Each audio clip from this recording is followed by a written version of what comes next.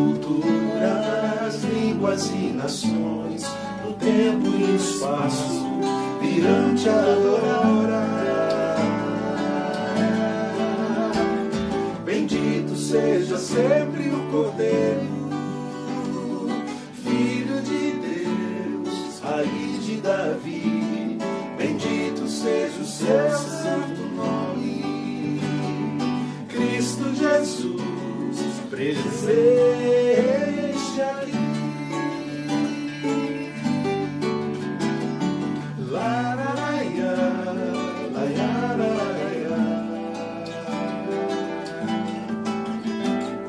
Remidos comprados, grande multidão, muitos virão te louvar. Povo escolhido, teu reino e nação, no tempo e espaço, virão te adorar. Bendito seja sempre o Cordeiro, Filho de Deus, raiz de Davi. Bendito seja o seu santo nome, Cristo Jesus, presente aqui.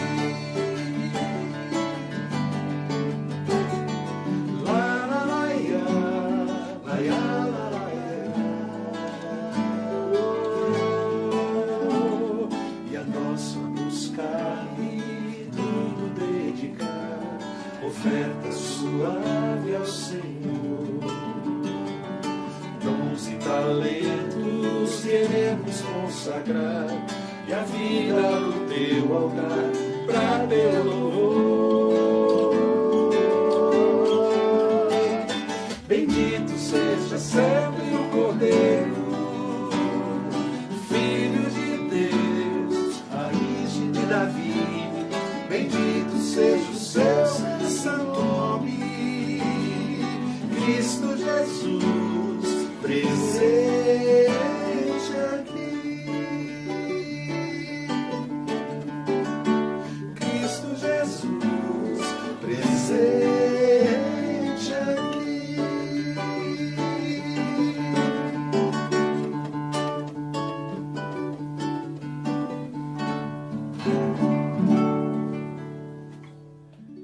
Olá, meus irmãos, boa noite, tudo bem com vocês? Nós estamos aqui dando início mais uma vez a um dos nossos cultos semanais, cultos de estudo bíblico, só que hoje numa quarta-feira especial, depois de termos voltado aos cultos presenciais no domingo.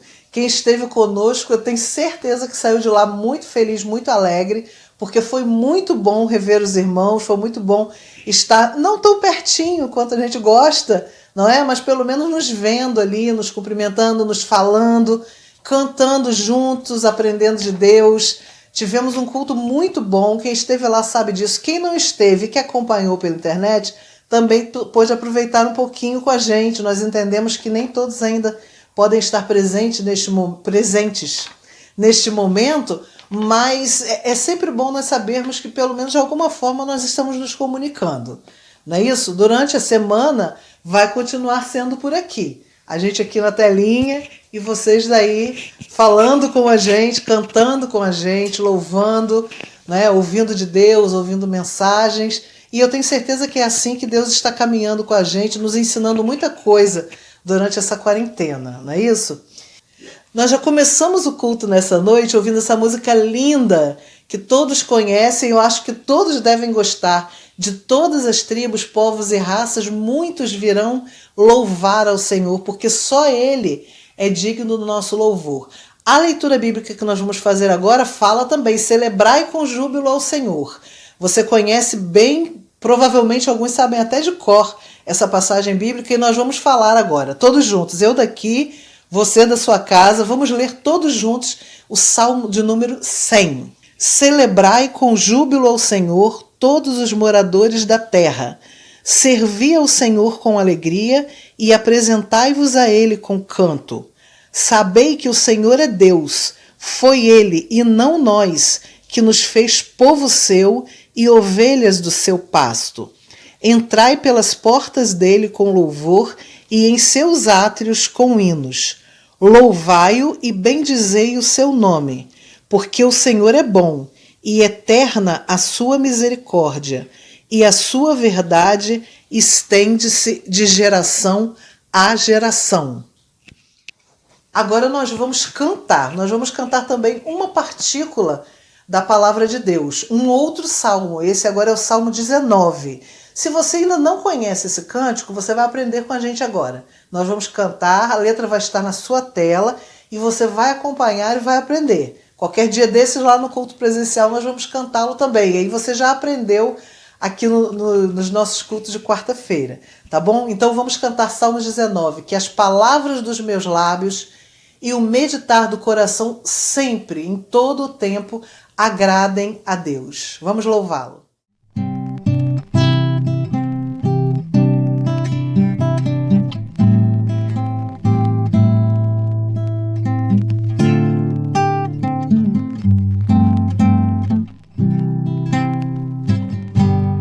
Que as palavras dos meus lábios e o meditar do coração agradem a ti, agradem a ti.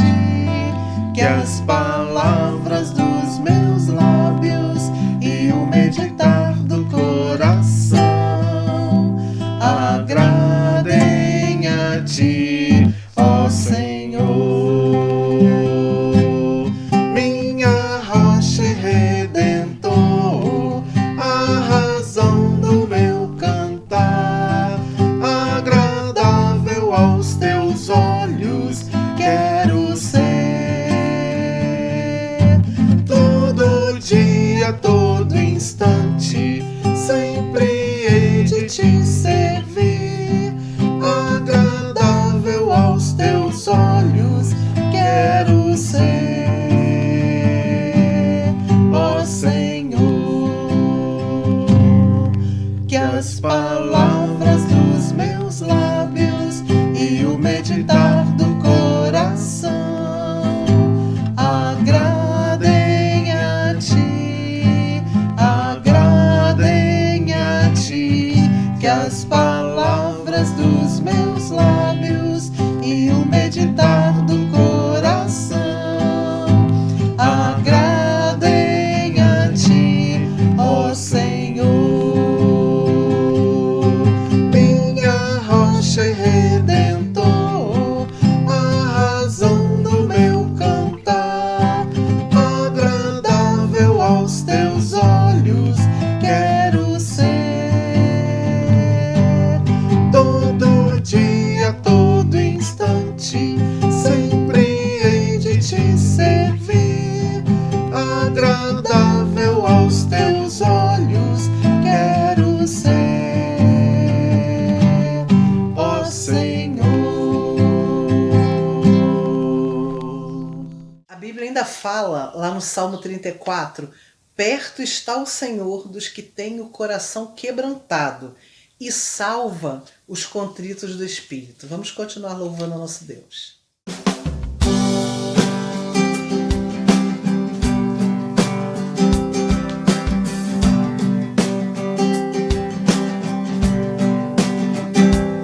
Há um doce Espírito aqui, e eu sei o Espírito de Deus. Já podemos todos perceber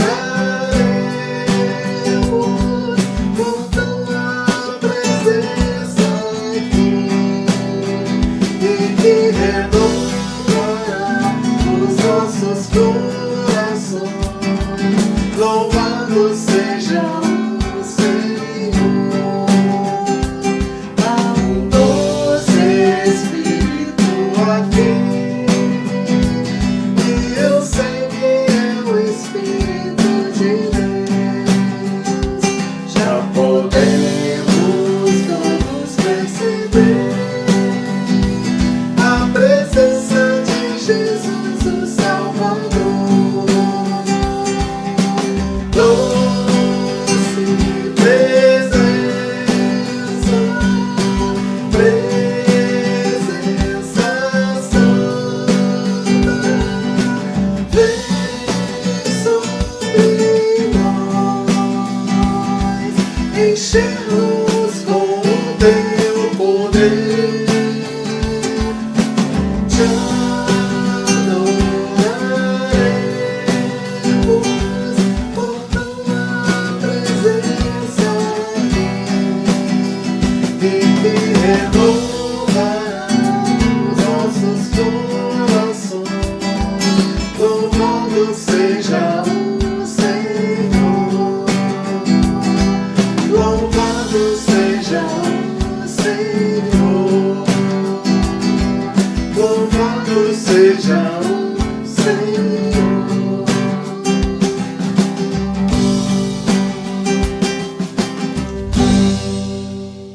Queridos irmãos, saúde e paz.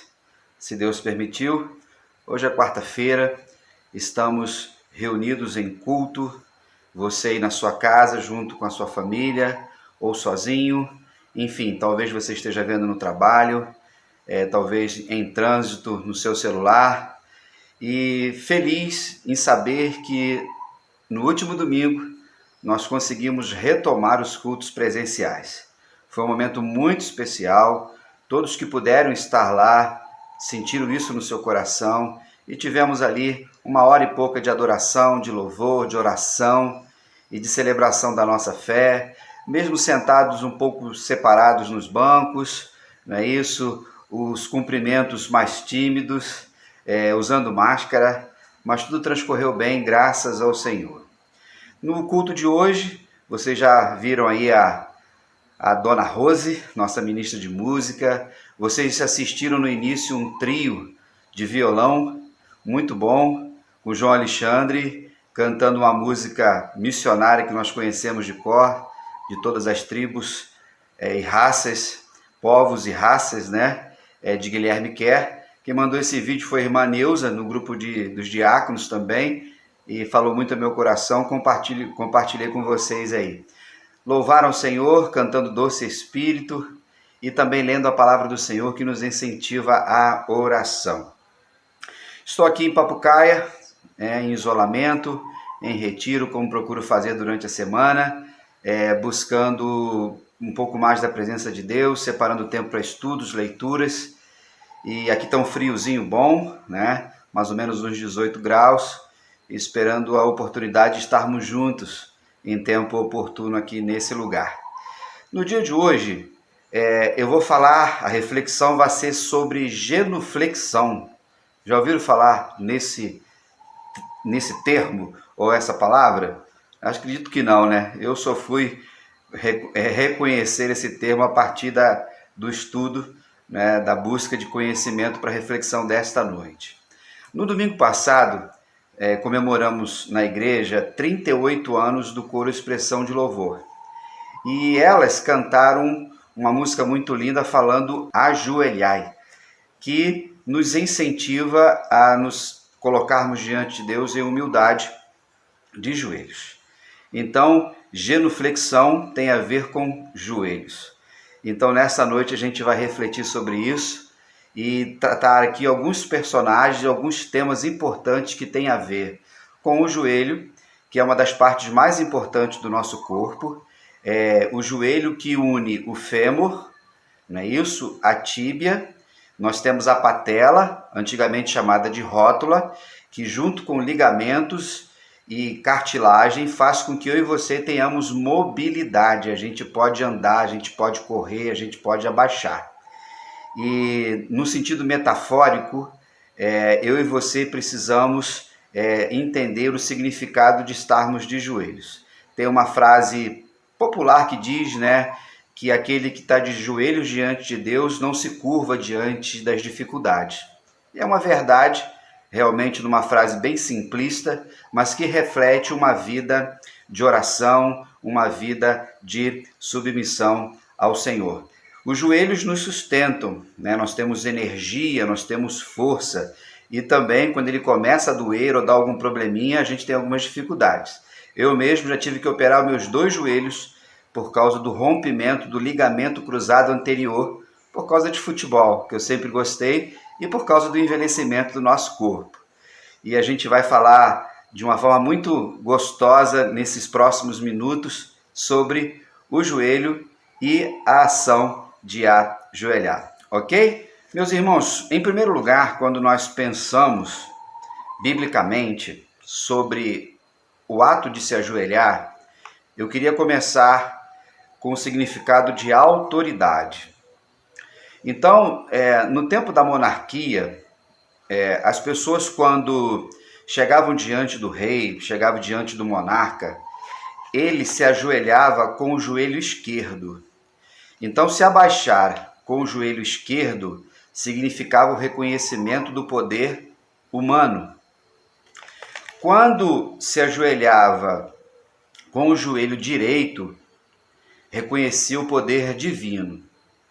Então, poderia se ajoelhar diante do rei com o esquerdo, mas não com o direito. Era o reconhecimento de que era para Deus, ou mesmo uma divindade que determinado povo, determinada cultura adorava.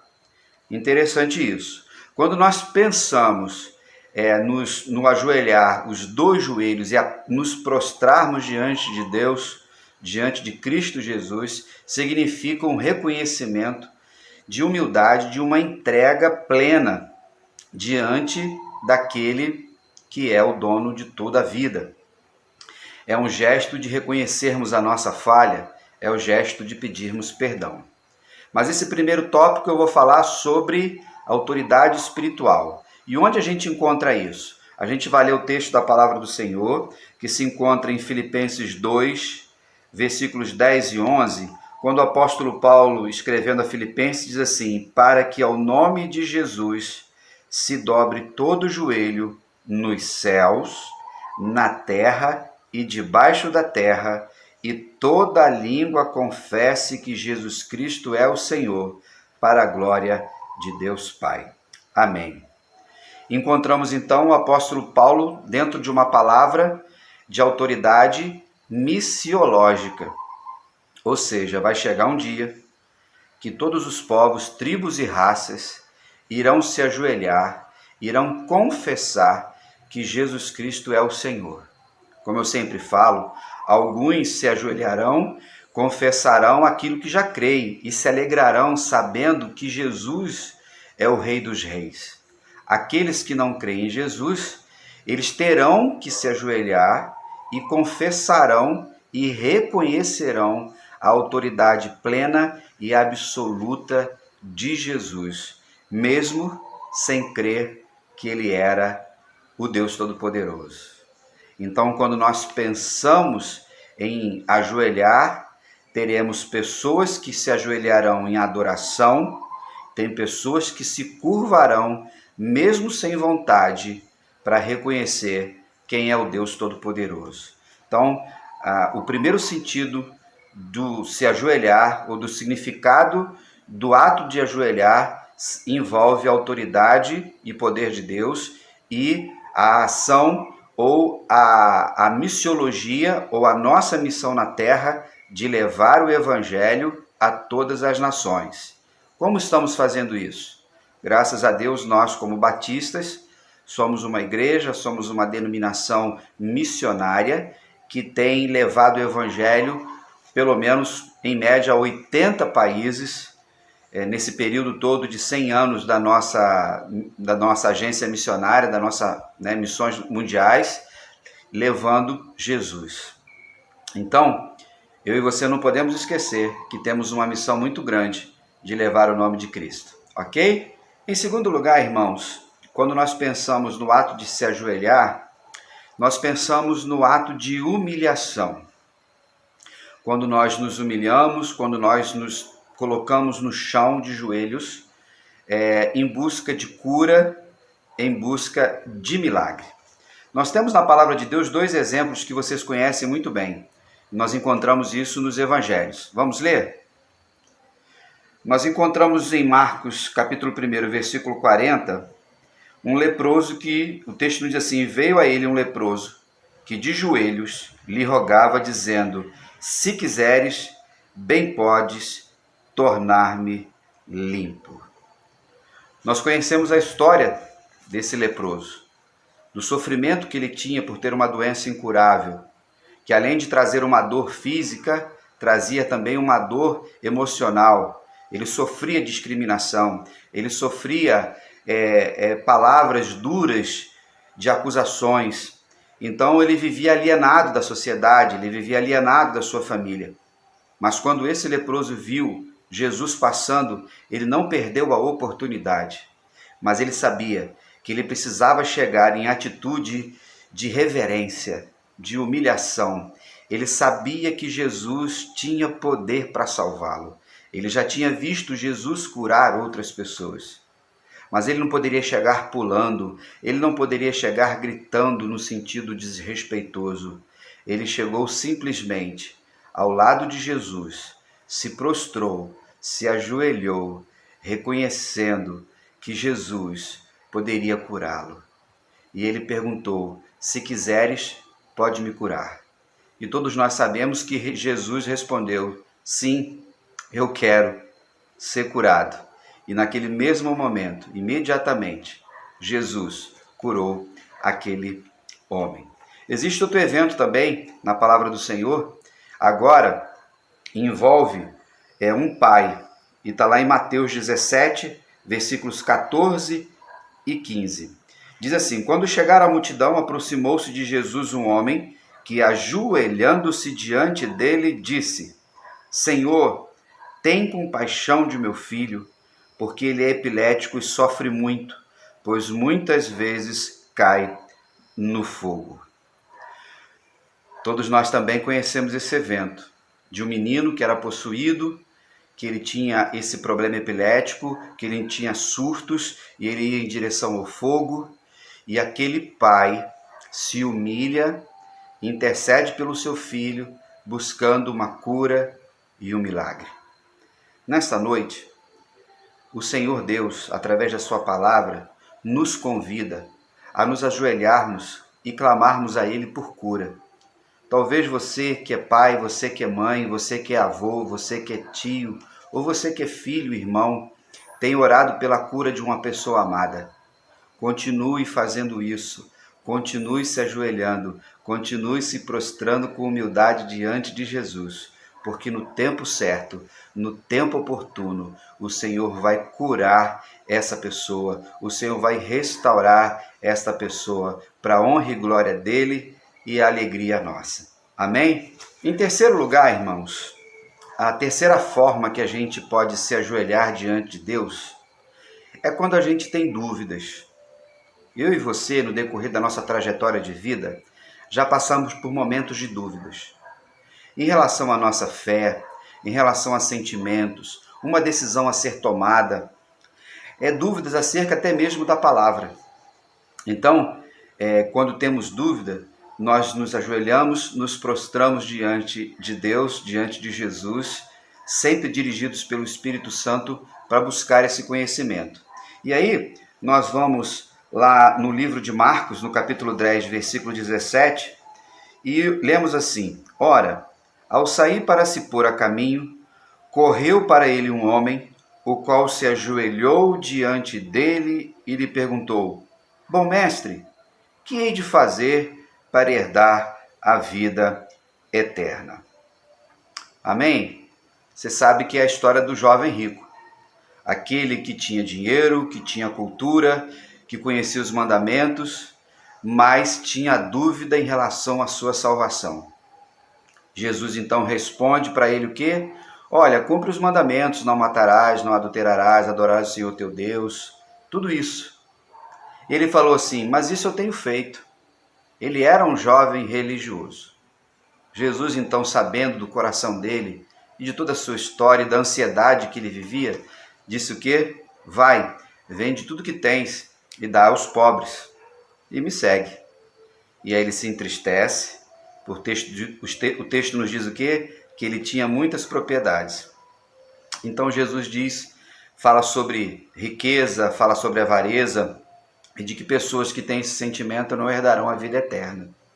E olha que aquele jovem rico não conseguiu perceber que Jesus era o verdadeiro jovem rico, que abriu mão de tanta coisa no céu, abriu mão da sua glória, empobreceu-se, andou entre nós para que nós pudéssemos ser ricos juntamente com ele. Mas ele foi buscar a ajuda de Jesus. Talvez você esteja com alguma dessas dúvidas, algumas coisas que permeiam a sua alma. Não deixe que elas continuem perturbando você, tirando o seu sono talvez, ou deixando você alheio ou alienado a fazer a vontade do Senhor. Se ajoelhe nesse momento, se for o caso, e pergunte a Deus. Peça para Deus te esclarecer algum ensinamento bíblico. Peça para Deus confirmar a sua salvação. Talvez você é uma pessoa que está num contexto de igreja, da religiosidade há muito tempo, mas não tenha certeza da sua salvação. Talvez seja esse o dia, o momento que você precisa se ajoelhar diante de Jesus e confessar os seus pecados, abrir o seu coração para Ele. Ok? Se caso for, pare o vídeo nesse momento, se ajoelhe diante do Senhor e fale com Ele. Em quarto lugar, irmãos, nós temos um gesto de se ajoelhar que envolve a adoração. Nós sabemos que muitos personagens bíblicos vivenciaram isso. Mas na Bíblia nós encontramos um que foi um grande rei, o rei Salomão, que teve o privilégio de construir a casa do Senhor, o primeiro templo naquela época. Era um desejo de Davi, vocês lembram disso? Mas Deus não permitiu que Davi construísse o templo porque a mão dele era manchada com muito sangue. Ele tinha feito muitas coisas. Deus então disse para ele que a descendência dele, um dos seus filhos, iria fazê-lo. E aí Salomão, depois da morte de Davi, assume o reinado.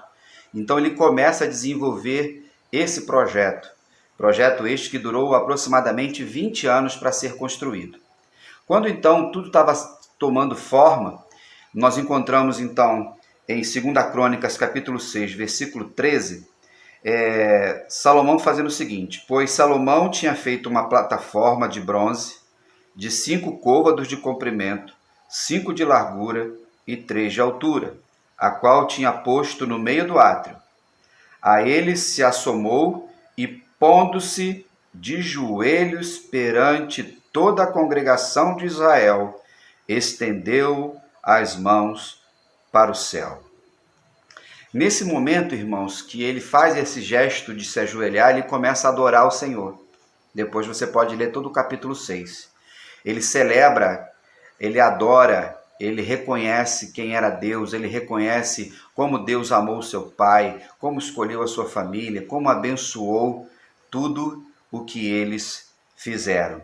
Então, nesse momento, o grande rei Salomão, ele em adoração se ajoelha junto com a sua igreja, ou melhor, com o seu povo, e não deixava de ser igreja, entendendo que igreja significa chamados para fora.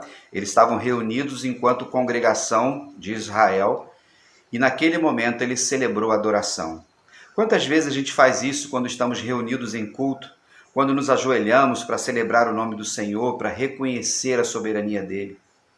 Mas você também pode fazer isso dentro da sua casa, lá no seu quarto, na sala, na sua varanda, não sei, em algum lugar. Eu confesso para vocês que faço isso muito aqui no meio da roça, aqui, sozinho, em oração, às vezes num canto, às vezes no outro, subindo alguns montes, independente de serem montes, né, apenas locais um pouco mais afastados, nada espiritual no monte, vocês sabem disso, sempre celebrando quem é Deus, adorando toda a grandeza do Senhor, o caráter de Deus, a santidade de Deus, a própria criação de Deus, que nos une a Ele também todos os dias. Que possamos seguir o exemplo de Salomão, prostrando-nos diante da nossa congregação, junto com todos os santos, celebrando e adorando o Deus Criador.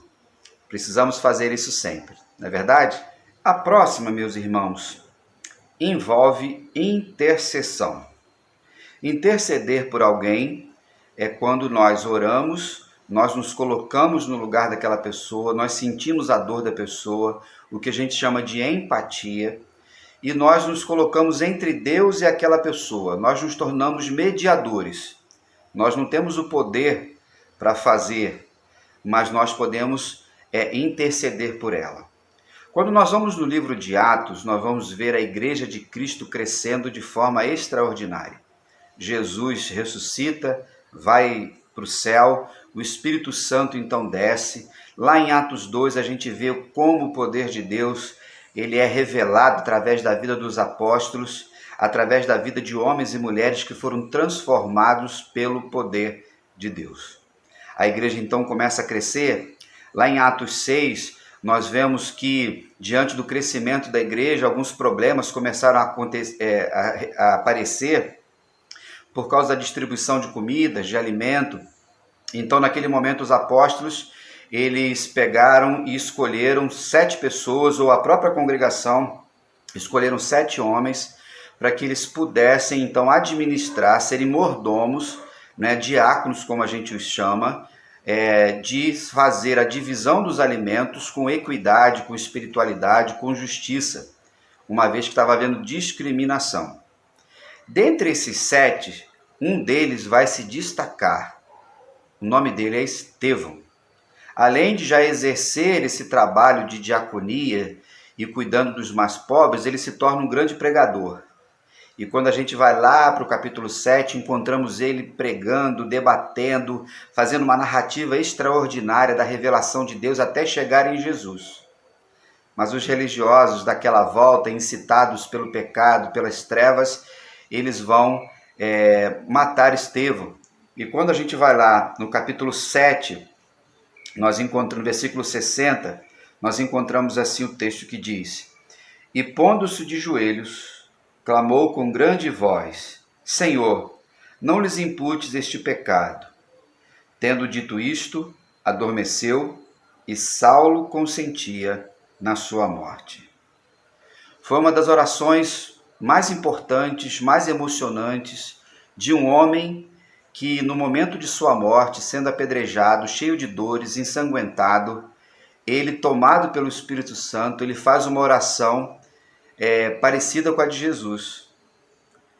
Podemos até afirmar que Estevão, como uma especulação, estivesse lá no dia da crucificação, diante da proximidade dos eventos. Mas não temos isso na narrativa bíblica. Mas ele foi e faz essa oração, pedindo ao Senhor que perdoasse aquelas pessoas que estavam apedrejando, destruindo a sua vida, que não imputasse, ou seja, não atribuísse o pecado ou esse pecado a essas pessoas. Interceder. Nós fazemos isso por pecadores. Nós fazemos isso muitas vezes por pessoas que nos maltratam, pessoas que querem nos destruir, pessoas que difamam o nosso nome, pessoas que às vezes querem destruir a nossa casa, a nossa família, a nossa carreira, o nosso ministério. Nós precisamos interceder e orar por essas pessoas, para que Deus possa salvá-las no tempo certo, o tempo de Deus, o kairós de Deus, o tempo oportuno do Senhor. Talvez você precise orar por alguém. Faça isso na noite de hoje, quando terminarmos esse culto, e interceda por pessoas que apedrejam você, que tentam destruir a sua vida. Fique firme, se ajoelhe diante de Deus e Ele vai ouvir a sua oração. Amém? Queridos, a próxima é uma oração, ou é um joelho dobrado em oração, de forma profética. Eu estou lendo o livro de Reis. Então, um dos grandes personagens deste livro é o profeta Elias. Ele é considerado como um dos profetas mais poderosos da palavra de Deus. Tanto é que quando Jesus está lá no Monte da Transfiguração, ele então tem esse momento extraordinário. Quem estava lá presente com ele? Moisés, significando a lei, a revelação da lei, e Elias, não é isso? Que representava todos os profetas. E esse profeta foi usado por Deus de forma poderosa. Em determinado momento, quando o povo, a nação de Israel, que era governada por Acabe, um rei horrível que fez o que era mal aos olhos do Senhor, casou com Jezabel, enfim, vocês conhecem a história. Deus mandou que ele orasse para que parasse de chover, e ele assim o fez. E vários eventos aconteceram, vários desdobramentos aconteceram diante desse período de seca que durou 3 anos e meio. Em determinado momento, então, ele vai para o Monte Carmelo, um monte muito conhecido da palavra do Senhor. Hoje é um parque ecológico na região de Israel. Ele margeia o mar, da altura do Carmelo, do cume do Carmelo, dá para se ver o mar. Em determinado momento, Elias vai para lá para orar ao Senhor, e nós encontramos lá em 1 Reis, capítulo 18, versículo 42, que diz assim: subiu o alto do Carmelo, dobrou-se até o chão e pôs o rosto entre os joelhos. Com a cabeça, o peito e o ventre totalmente dobrado em cima dos joelhos, o profeta pediu chuva e ela veio em abundância. Que coisa linda, irmãos. Imaginaram a cena? Um pouco antes vai dizer que ele começa a orar e aí ele pede o seu servo para olhar para o mar, para ver se ele via a nuvem, e aí ele voltava e dizia para o profeta: não tem nuvem nenhuma, e ele fez isso 7 vezes, não é isso? E na 7ª vez começou a aparecer uma nuvem, um movimento de chuva, e a chuva veio sobre o povo de Israel, restaurando vida e revelando o poder de Deus sobre todas as coisas. Agora eu fico vislumbrando Elias se ajoelhou, colocou a sua cabeça, se curvou e começou a orar ao Senhor, começou a clamar ao Senhor. Nós sabemos, irmãos, que tudo isso estava dentro do propósito de Deus. Foi Deus quem tinha mandado ele orar para que parasse de chover.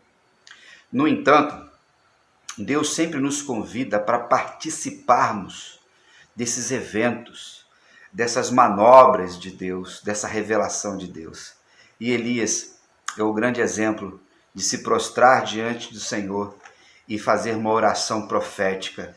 Talvez você precisa fazer isso, profetizar bênçãos sobre as pessoas, profetizar bênçãos sobre o mundo, sobre o nosso país, para que Deus manifeste o seu poder. Não que nós vamos movimentar a mão de Deus, de forma nenhuma, mas a ação de Deus em nós vai nos levar a sermos protagonistas de muitos eventos extraordinários.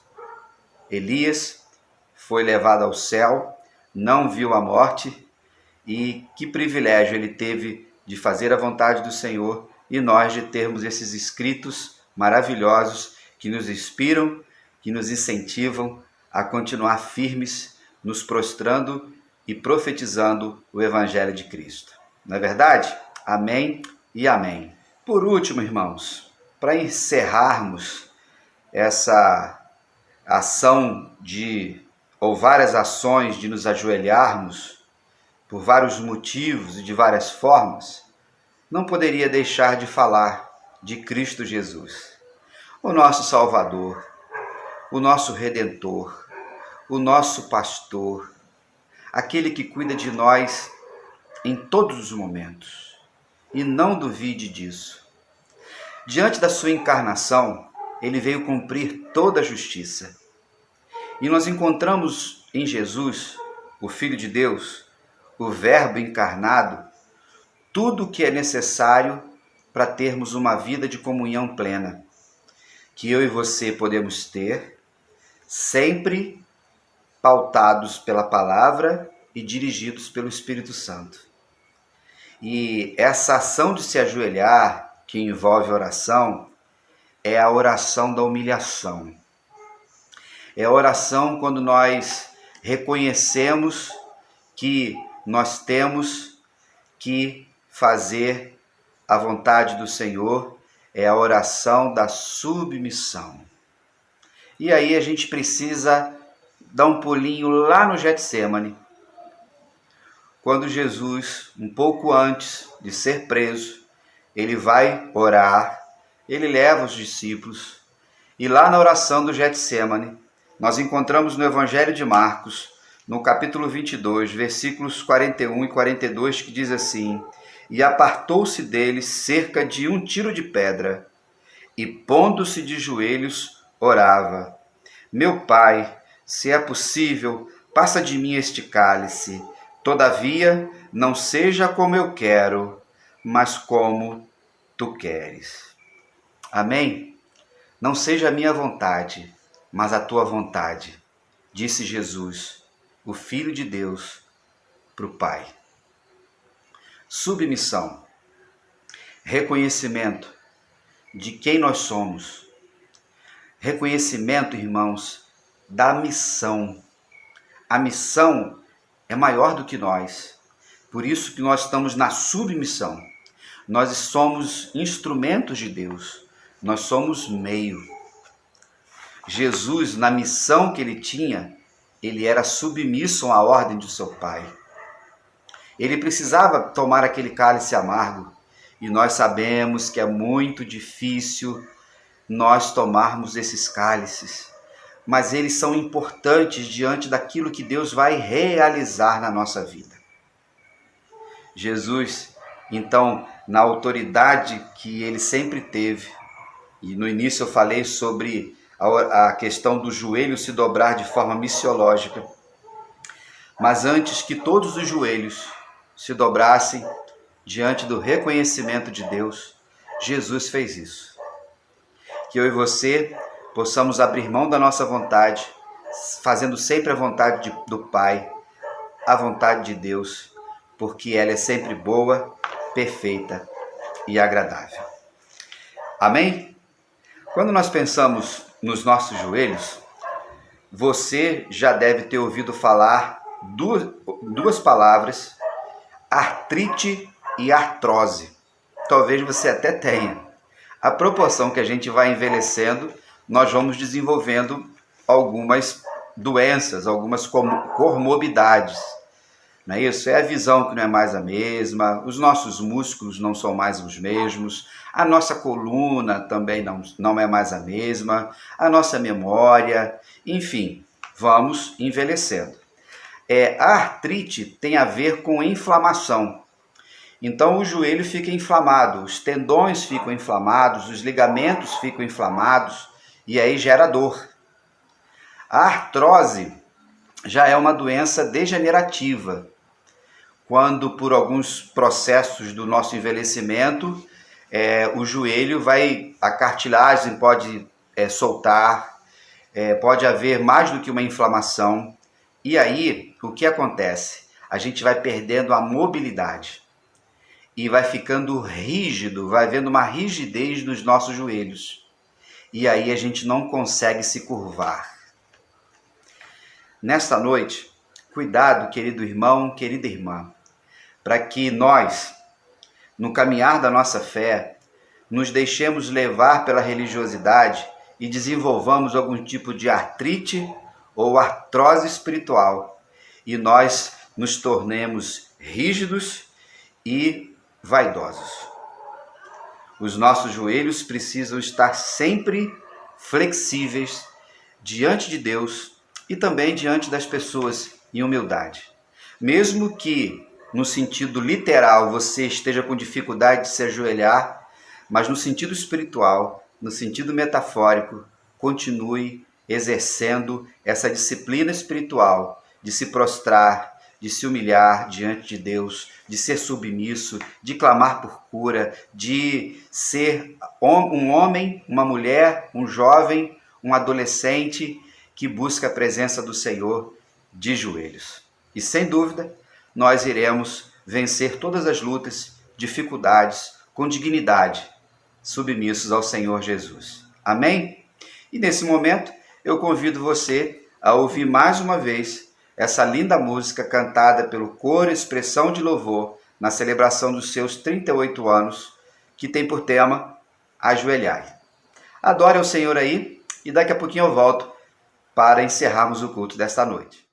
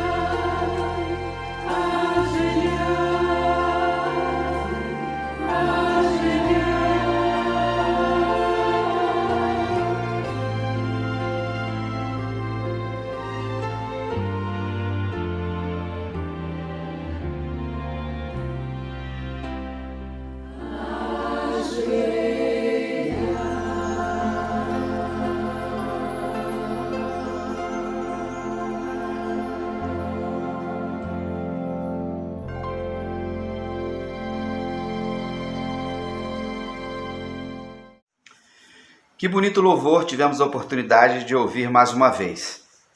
Irmãos, como sempre, dou algumas orientações. Oração. Precisamos estar de joelhos intercedendo uns pelos outros.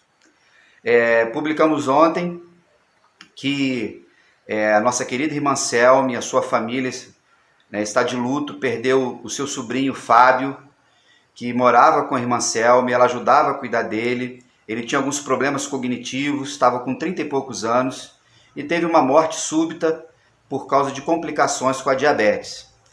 Nós precisamos tomar cuidado, irmãos, porque a hipertensão e a diabetes são duas doenças silenciosas que muitas vezes as pessoas negligenciam e quando acontece alguma coisa mais grave já é muito tarde para resolver. Então fica aqui um abraço da nossa igreja, querida irmã Selme, em você e toda a sua família, ok? Estamos orando pelo irmão Adaías, pela recuperação plena dele, fez a cirurgia de coração. Estamos orando pelo Brasil, pelo mundo, por causa do Covid-19, pedindo a Deus que ajude os médicos e todos que estão trabalhando para conseguirem descobrir a vacina e a gente poder voltar à nossa vida de forma normal e produtiva, de forma plena, não é verdade? Enquanto esse dia não chega, a gente continua usando máscara, álcool gel, higiene nas mãos, distanciamento na medida do possível, tomando todos os cuidados. Então vamos continuar orando uns pelos outros. Lembrando, irmãos, que retornamos aos nossos cultos presenciais. Se você esteve no domingo passado, você viu, se emocionou, participou, adorou. Se você ainda não pôde estar, espero que possa em tempo oportuno. E a minha orientação é o quê? Só vá ao culto se você estiver plenamente com a sua saúde. Se estiver com uma febre, um resfriado, cuidado com a hipertensão, outra comorbidade, se você está fazendo um tratamento controlado, fez alguma cirurgia, enfim, todo cuidado é pouco. E aí a gente vai seguindo da melhor forma que a gente puder, ok? Então no próximo domingo, se Deus permitir, estaremos lá às 10 horas da manhã. Vamos seguir o mesmo protocolo sanitário. 2 pessoas no banco da frente, uma no banco de trás, para mantermos esse 1,5 m, que é a orientação de afastamento.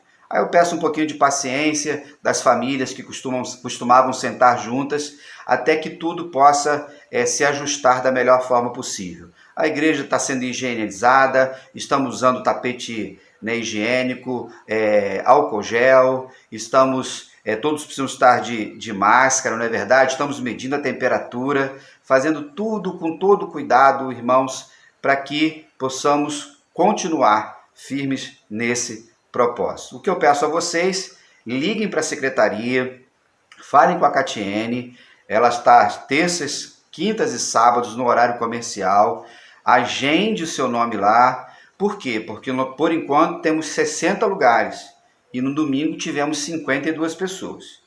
Então, por pouco, a gente superou a lotação. E quando esse número chegar, a gente vai ter que fechar o portão lá embaixo. E é necessário que você chegue às 10 horas também, ou um pouquinho antes, para a gente se ver. Mesmo num cumprimento tímido que a gente tem tido, mas é muito bom ver os irmãos estarmos em comunhão ali. Ok?